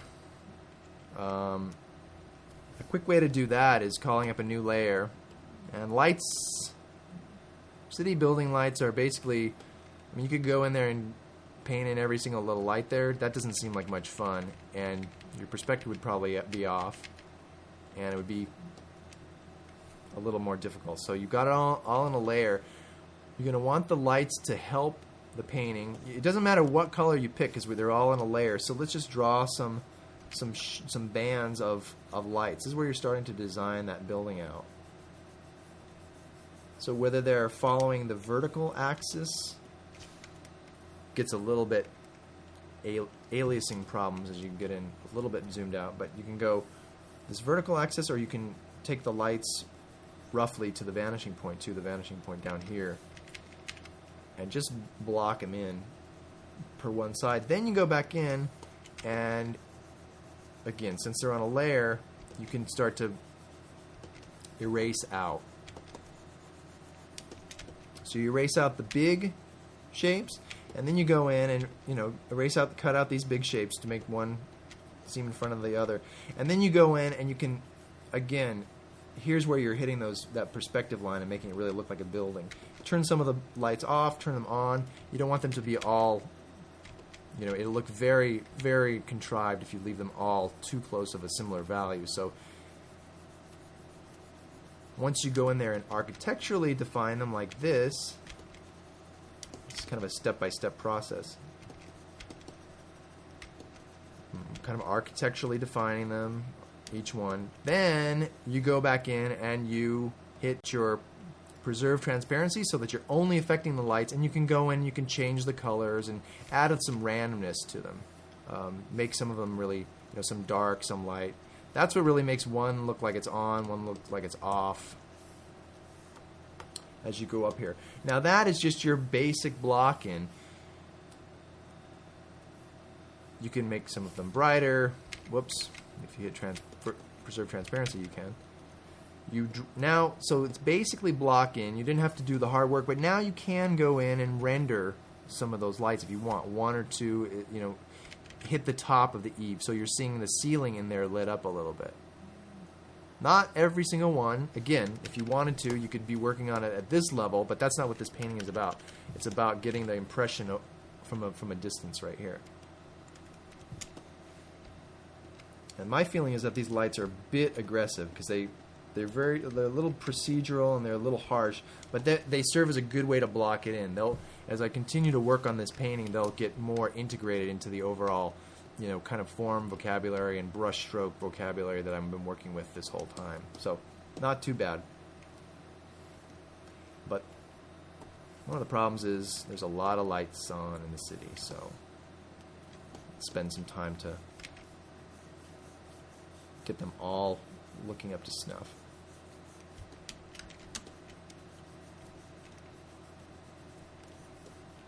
And since these are so fine up here, we've got to go really, really fine back here.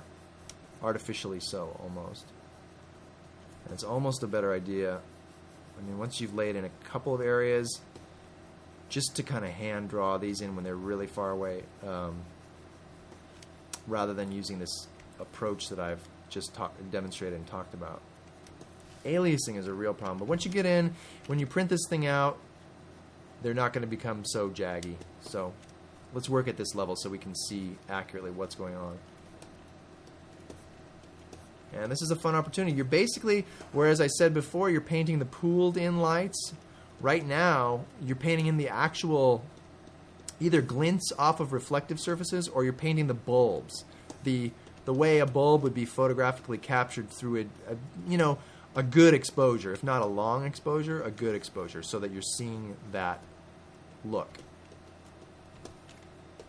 And you don't have to do them all at once. I'm going to work back and forth. I just, did a few sections with, blocking in. Now I'm going to do a few sections erasing out. I'm really not going to make a big deal out of this because it could, you could spend a lot of time on this, or you could spend a little bit of time. I'm going to show you probably the amount that is appropriate for a 2-hour rendering. So we'll get some in here, but we're not going to encrust every building with its requisite share of lights. And don't forget, I've been kind of being monochromatic here. Change that light color around. I mean, if you look at photography, you'll see sodium vapor lights cast one temperature in color. Mercury vapor lights cast another. Incandescent is yet another. If you look at a lot of good photography, you'll start to pick out what kind of light looks good where, or you can just go and stylize it in whatever looks good. I mean, that's probably the best way to do it. If it looks good, doesn't jump out too much, like these, for instance, not too bad. They're all in a layer. I think I'm happy with the amount of lights in the midground. Let's go back up here and kind of aggressively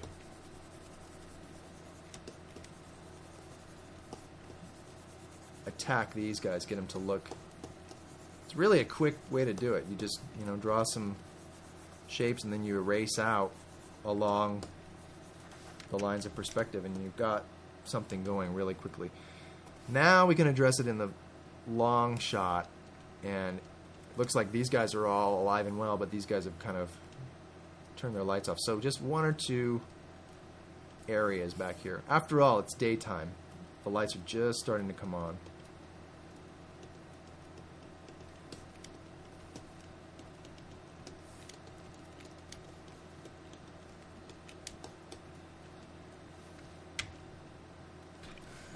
So I've got the lights working. Ooh, that's what happens when you flip only the lights. Let's merge them down, because I think they work well. If I wanted to, I could since they're all in a layer after all, I can still play with them. I can knock them down, I can turn them off, but they're working from this level, right? They seem to be working. So let's drop it.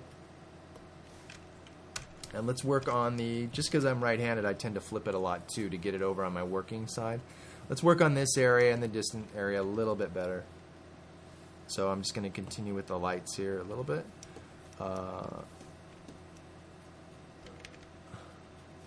Saturate them up a little bit. It's a little on the bright side. I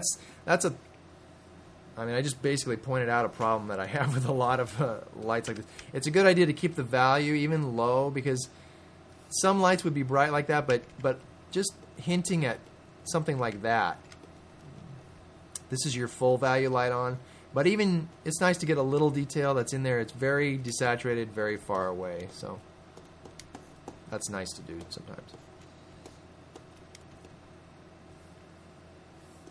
Here's another way of doing those floodlights. I kind of want a floodlight situation on this guy right here, because it's definitely, well, except for this, it's the closest building to us. So it should have a little bit of payoff too. It's near this far away, kind of the vanishing point building.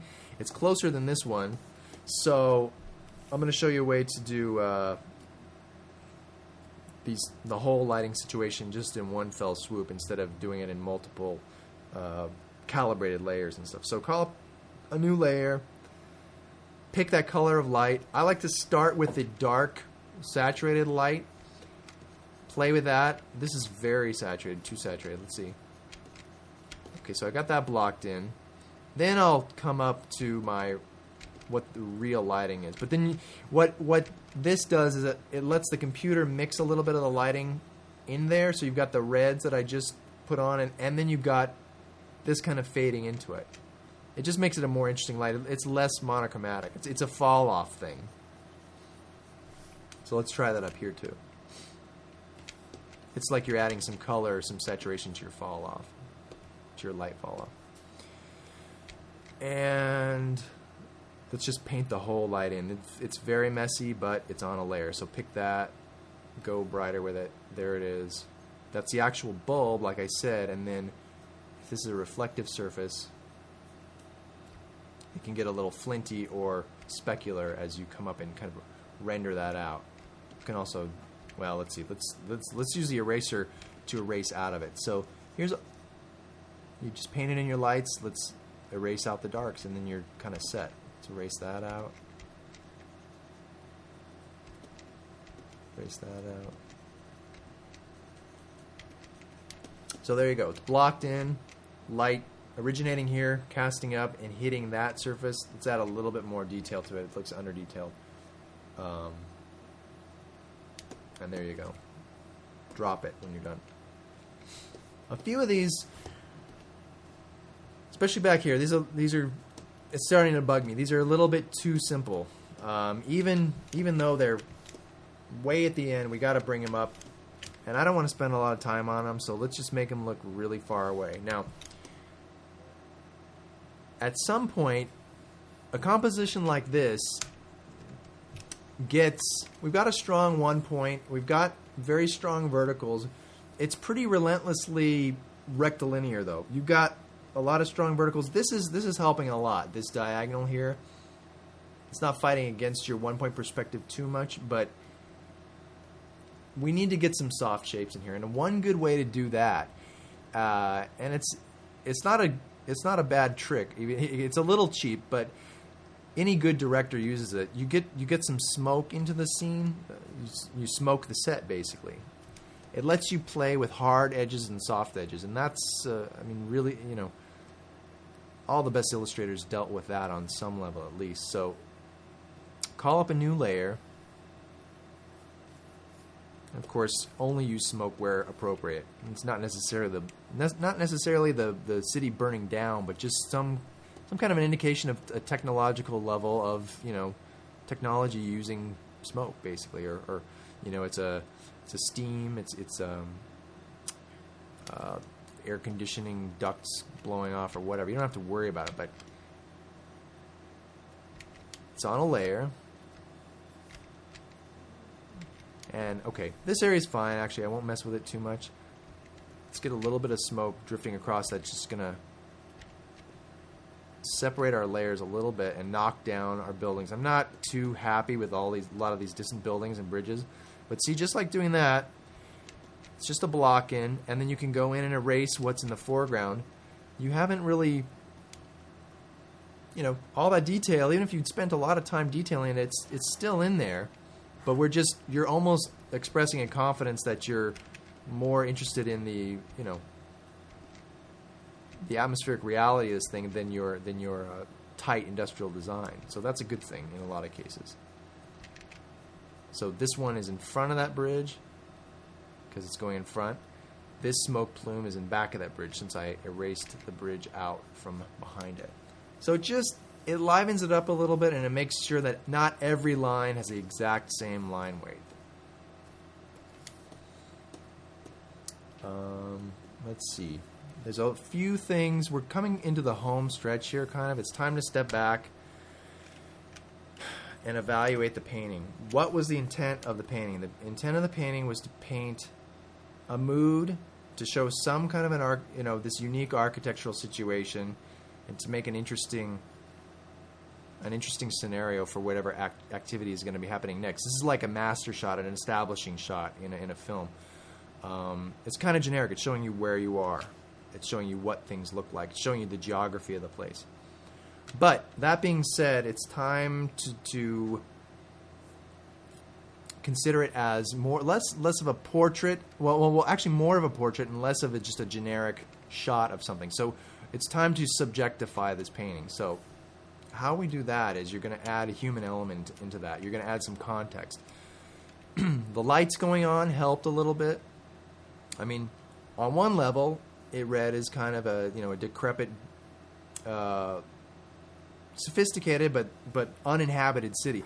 Now putting the lights on, okay, we're starting to see some stuff happen. what we're going to do right now is populating it. And I like to do this at the very end because, I mean, it's usually the way a master shot or an establishing shot looks in a movie anyway. You've got a little payoff of a character or some movement in the background of a matte painting anyway. And the shot is basically about the environment anyway. So let's keep the editorializing and humanizing for another painting, basically. First thing I'm going to do is to see how this foreground situation interacts with everything else. Right now I think there's enough separation, well, maybe not quite enough separation between foreground and middle ground right here. So that's just step one, is going to be, as I do when I find that happening, I'm going to separate it out. I'm going to work on this corner right here. So let's get this building to look a little more interesting. It's still a little scribbly, scratchy. So let's put it here. Let's make it obviously overlap what's behind it, which what we just did. And let's pick from within that lit area to see that some of this architecture is being lit by those lights. Okay. So working back to front, that's the back.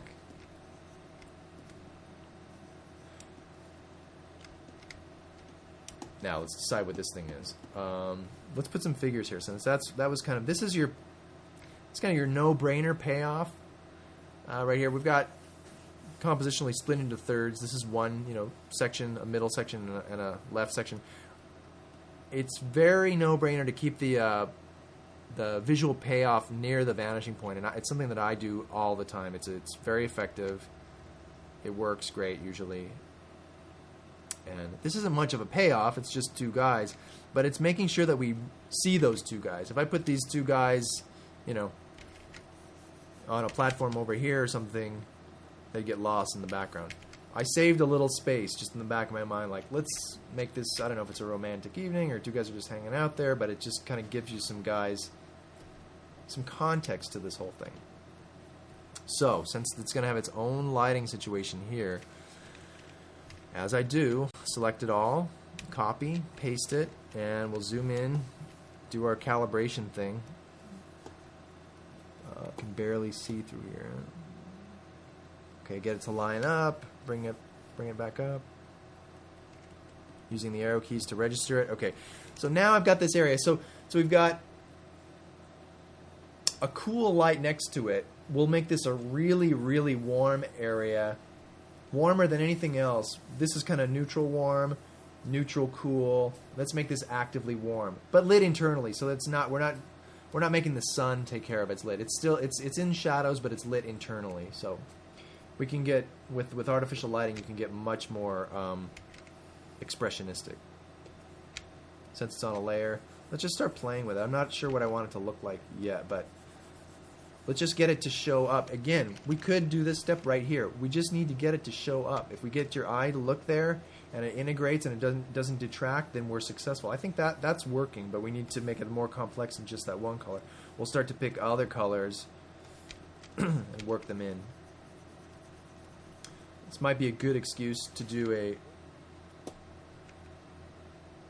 a material indication too. Since everything is kind of a matte surface thing, let's make this high gloss, and where it's a lot about reflections. So this thing, whatever's happening down here, it's going to be reflected up here as well.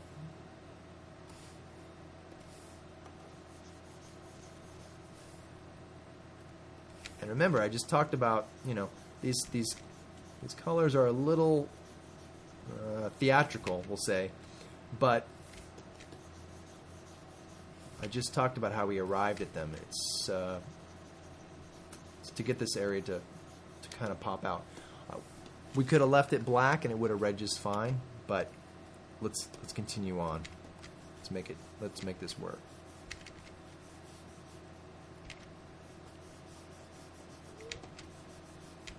So again, erasing out. We're only getting the gross color mixing choices here right now.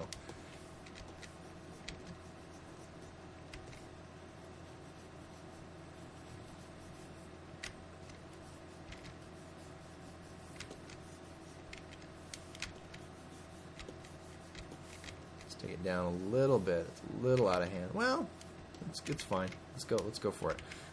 Drop that. Flip it. Now, does it work still? Well, it looks like they're in a furnace or something. We'll take that down. make it look more like friendly lighting, friendly but dramatic lighting. Draw these guys back in here.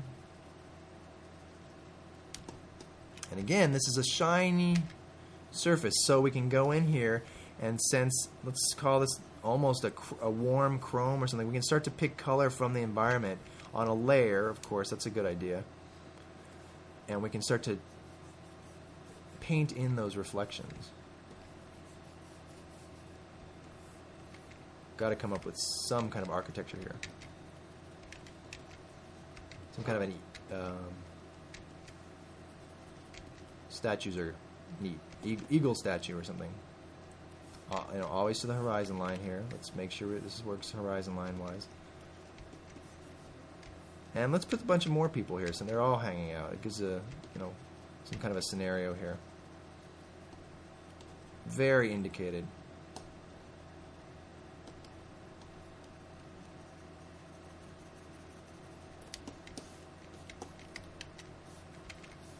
So we've got these statues blocked in. Typical sci-fi illustration type scenario where some kind of a shady deal is going on, or some kind of a characters are meeting or something like that.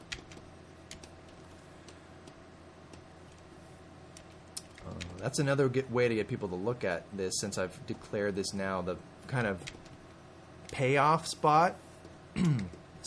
Play up the lighting a lot. So drop that. We're going to get some bounce light from below.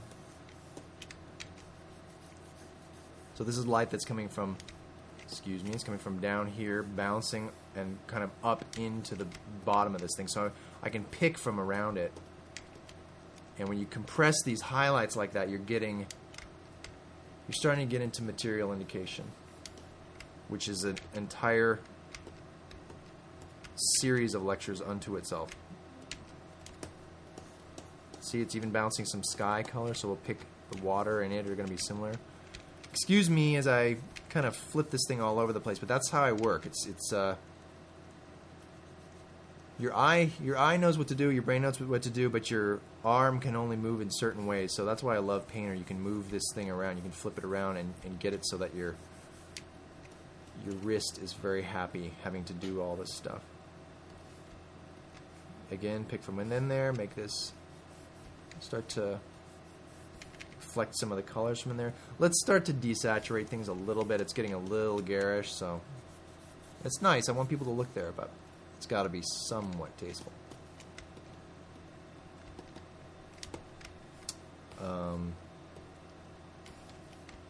Even some of these statues would start to catch some of the light from below. It's kind of bounce light. It's kind of an underlit situation. So call up a new layer and hit all the bottom surfaces with some lights. It's an orange light, but it's got a lot of fall off. It starts to fall off in a certain direction. It's much more interesting than just keeping things purely monochromatic. Even though, you know, sometimes that's a little more realistic, but I like playing it up a little bit in my illustrations. So hitting the bottom sides. Now we're kind of having fun rendering these guys. Can't really see what they're doing. I don't really care about what they're doing, but I think they read as people. So I think it's I think I accomplished my goal here, is they're just kind of hanging out. And when you kind of see that in context, okay, we got to make this work a little bit, but get it to read. Okay, so now, I mean, this is I've gone kind of bold with this color scheme, so all we need to really do to integrate it back into the image is just use it in more places than one. So we can insinuate that some of this lighting that we have in this specialized area is going on throughout the rest of the painting.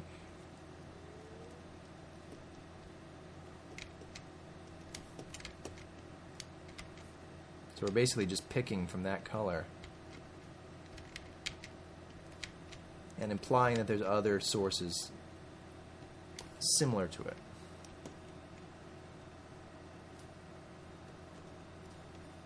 Just a little bit.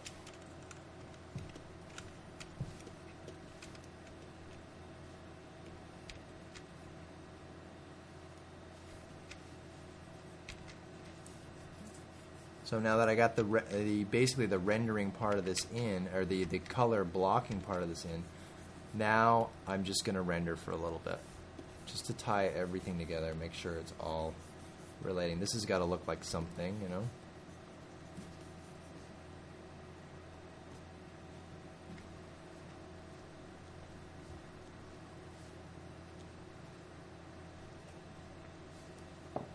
Since it's so close to us, it better have some detail on it.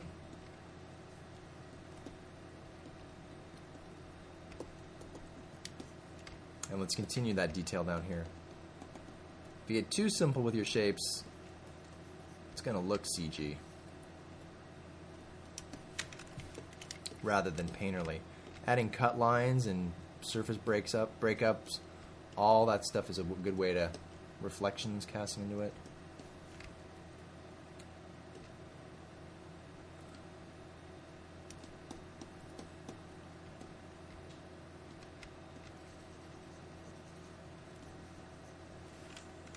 Flip it, check it, take it down a little bit.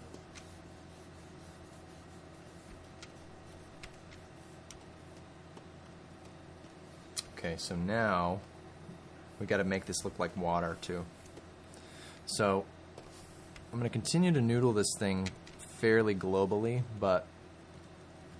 and I'll address some of my techniques as I go along.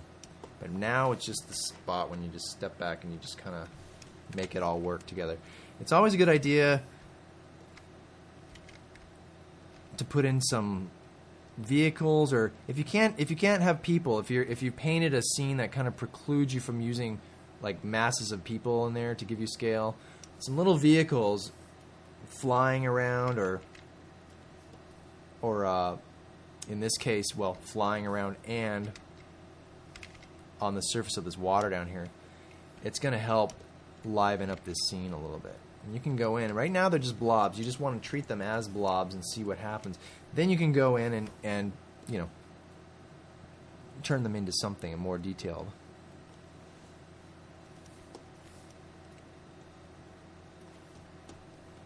But you'll notice the background here has gotten, in fact, let's make it happen more. This is competing a little bit, this foreground with the background, so let's get some more haze in there.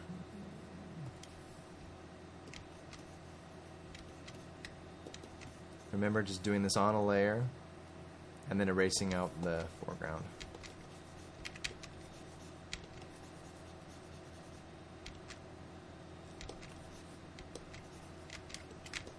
That was a little much.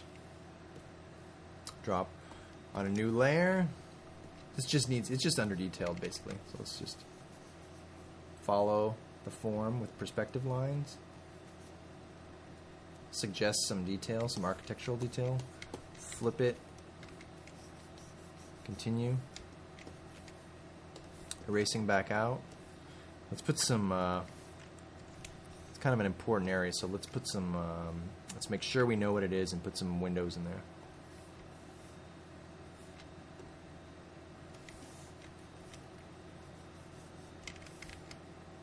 With our usual technique. Lines on a layer and erasing back out.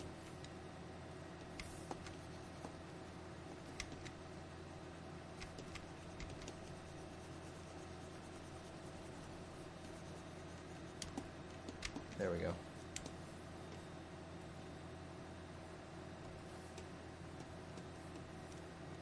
How do we make this look like water? Well, this really helped actually, putting the wake in. The boat is traveling in this direction slowly, so picking a light color, you know, and drawing a V-shaped wake extending out from the bow, that helps a little bit. Adding a little bit of detail to the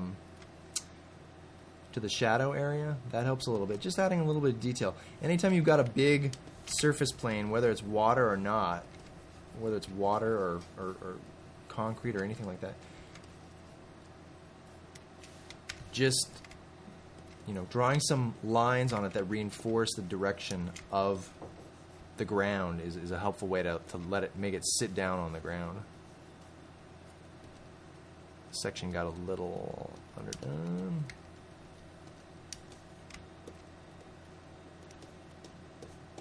So now I'm just kind of going around,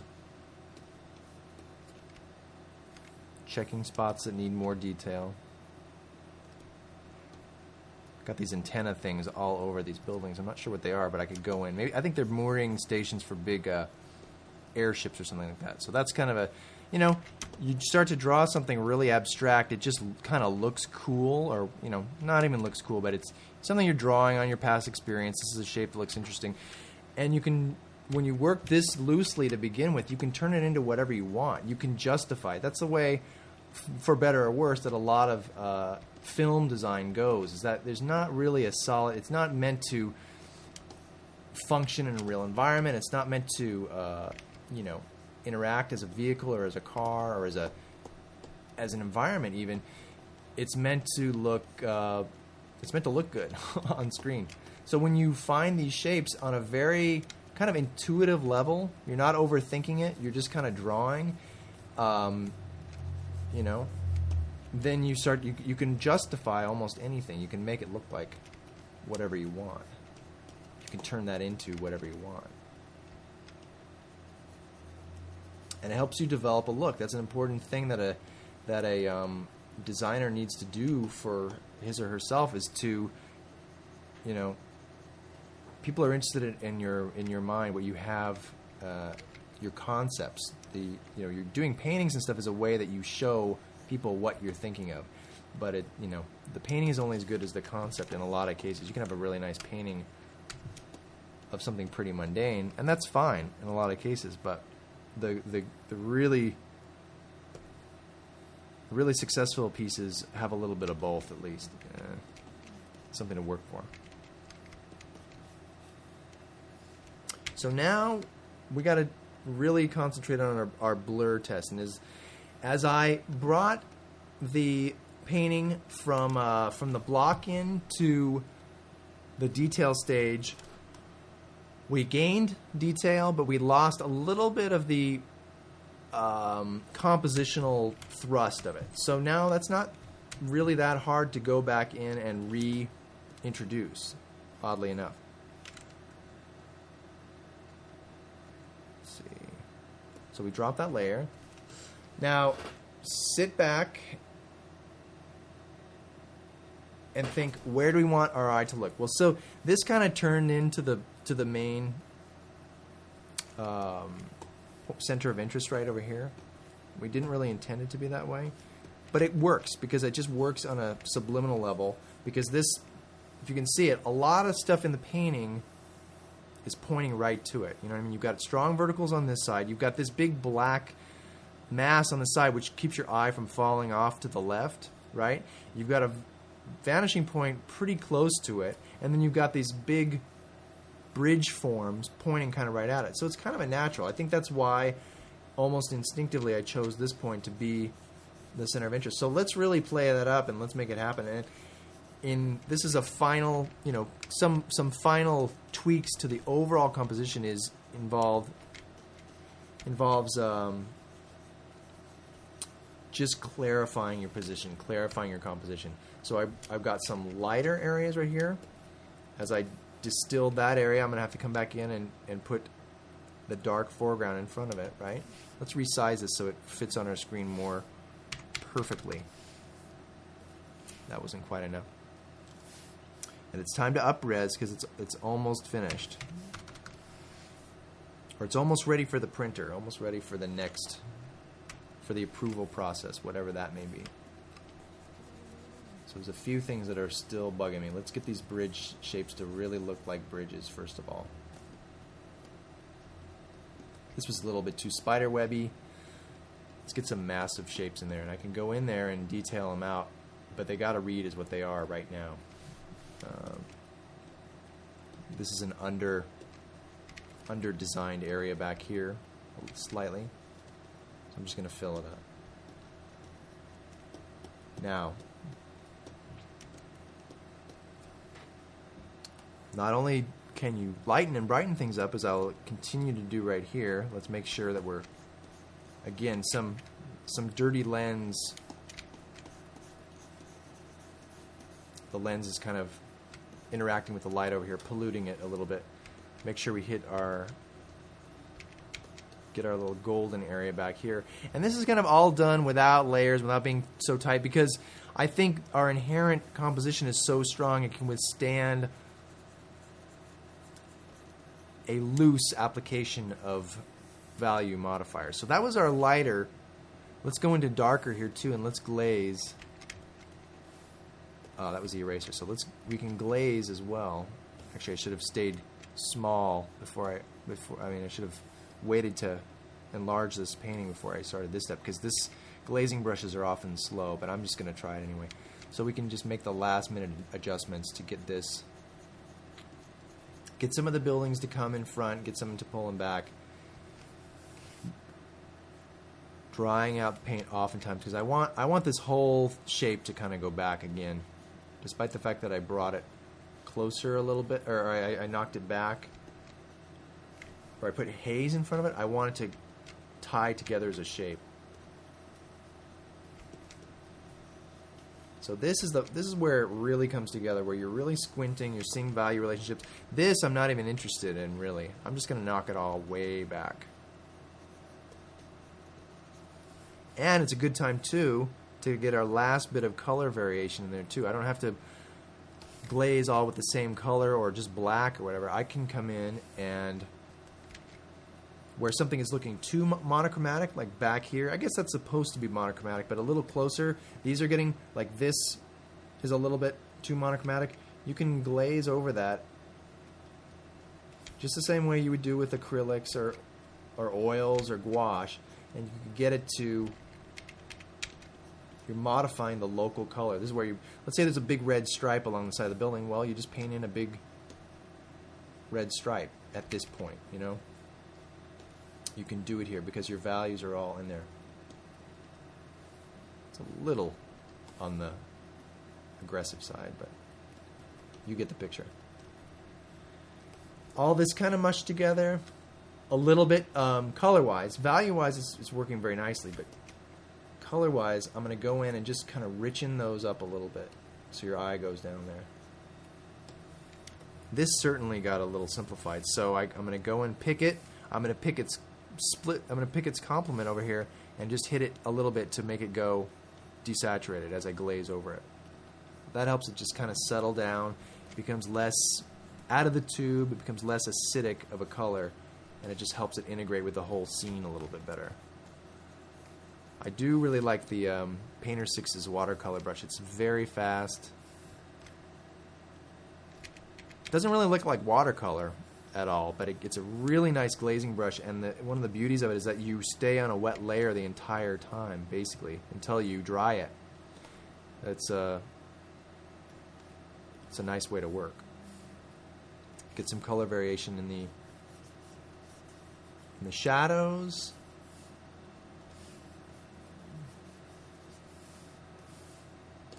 Got rid of this highlight, which I didn't really want to do, so I might reintroduce that in a second. But you can see now, okay, now it's turning from that monochromatic, a little bit simplified, oversimplified color scheme to getting some color back in there. That represents variations in local color. Warm to cool. I can dry it up here. Go dry. Flip it. Look at it again. It's kind of a back and forth thing. I got a little bit too dark there, so I'm going to reintroduce that as a little payoff spot of it's getting hit with a warm light coming from the left. I can't lose that overall structure, that overall value structure where I have sunlight from the left, fill light from the right, and I can't lose any of that. I've got to reintroduce those compositional darks and lights, because that's what makes it strong. Oh, I'm getting a little carried away over here. Let's hit it with a little lighter. There we go. That's a little better. I don't want the eye to go over there too much.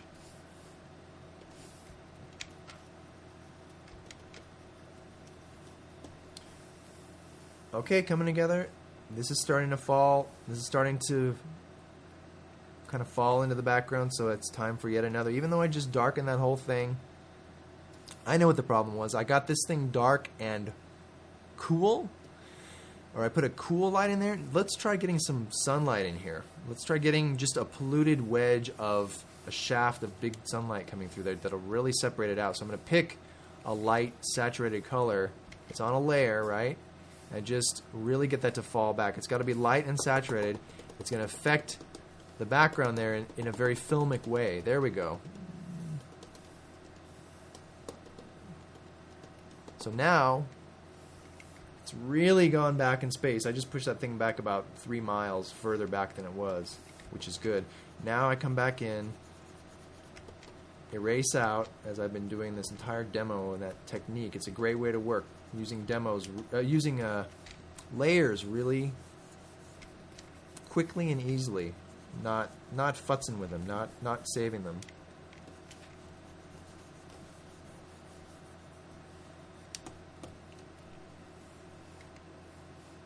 Drop it.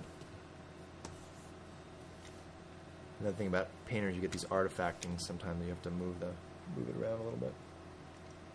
Save it. So let's take a look. The final touches. We've got a. What are we missing here, really?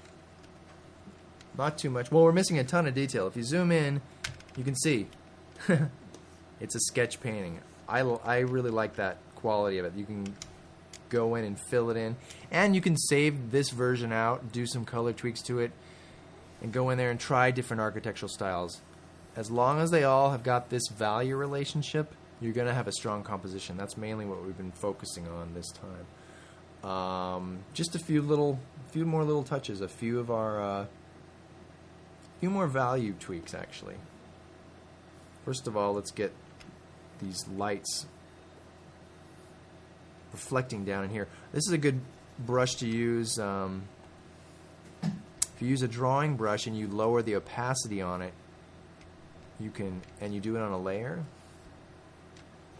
works very nice for, I mean, it's basically like you're glazing. I'm glazing on a layer here. I'm going to bring it down, bring these lights down, and I can just erase out of the land part, and you're left with something that looks like it's reflecting down into the water.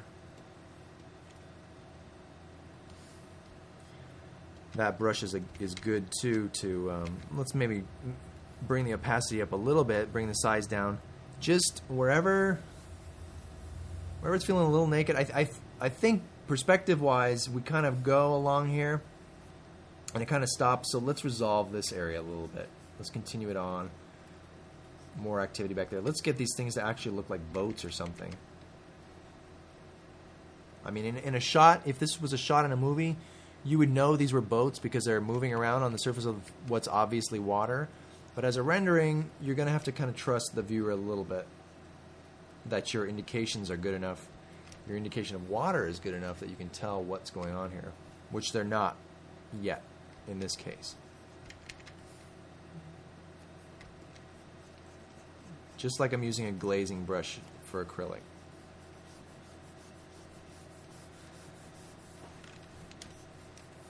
This is all on a layer, so it can be very sketchy. And it's time to kind of work back in. I mean, the whole thing is pretty loose, but you're going to work back in those horizon lines. It's more when you keep it as a sketch painting, you're telling people, you know, the confidence you have basically to indicate things. So there's really, it's actually, I personally like it when you can see construction lines in a painting, or you can see,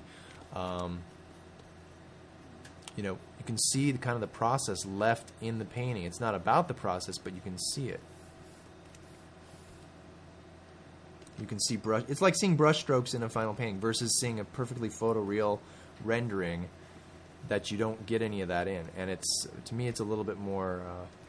It's very interesting to see those artifacts that the artist leaves while he's working.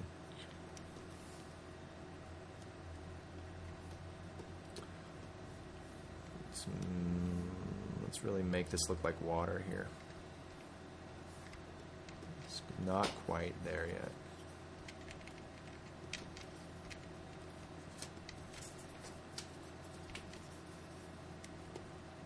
Let's get that drawing brush again. lower the opacity and just kind of hit it with some detail on the surface.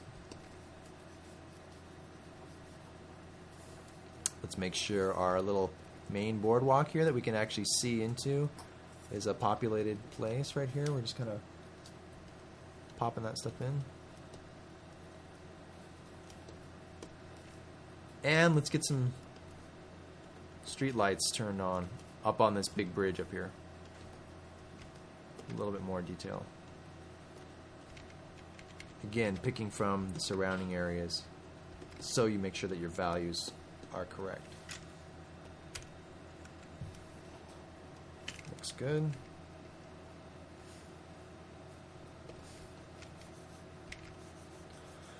Not only am I lightening this area up when I hit it like this, but I'm also desaturating a little bit, which I do want to do. It's a little on the saturated side. So when I hit it, it lightens it up and desaturates it.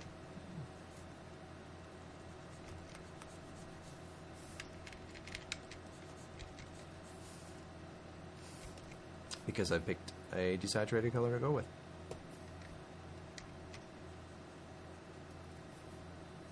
And that's it. I mean, these are the fundamentals right here. You can basically take it from here and just using the techniques of drawing and painting and transparent medium, translucent medium, opaque medium, and especially kind of what I was talking about with layers and stuff. That's what kind of separates us from the kind of the limitations, built-in limitations that analog artists have. It's a very quick way to kind of get a look up, to get a client's eyes on the painting, on your idea, and to get them to buy off on it at an early stage. As you've got this, you can go into it and you can select it out. Design that building. Design that building.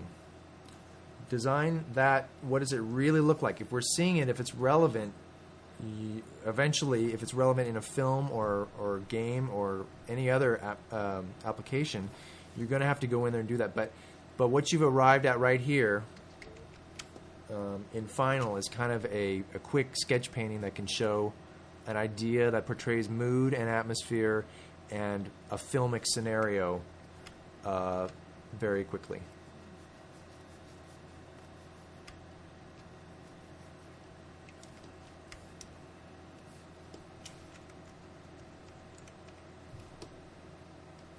Bling.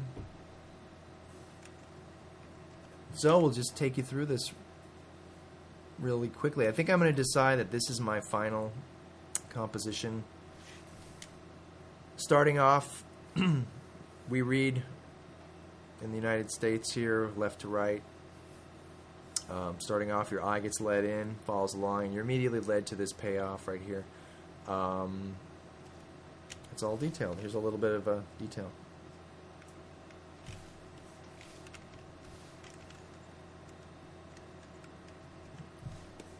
Whoops.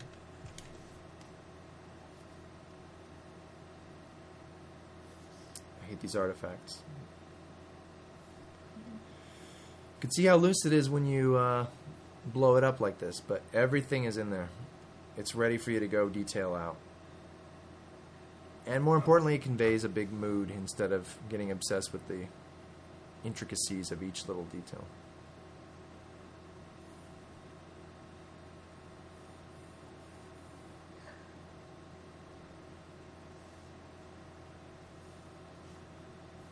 Oh, those lines are killing me. Should probably look at it in Photoshop.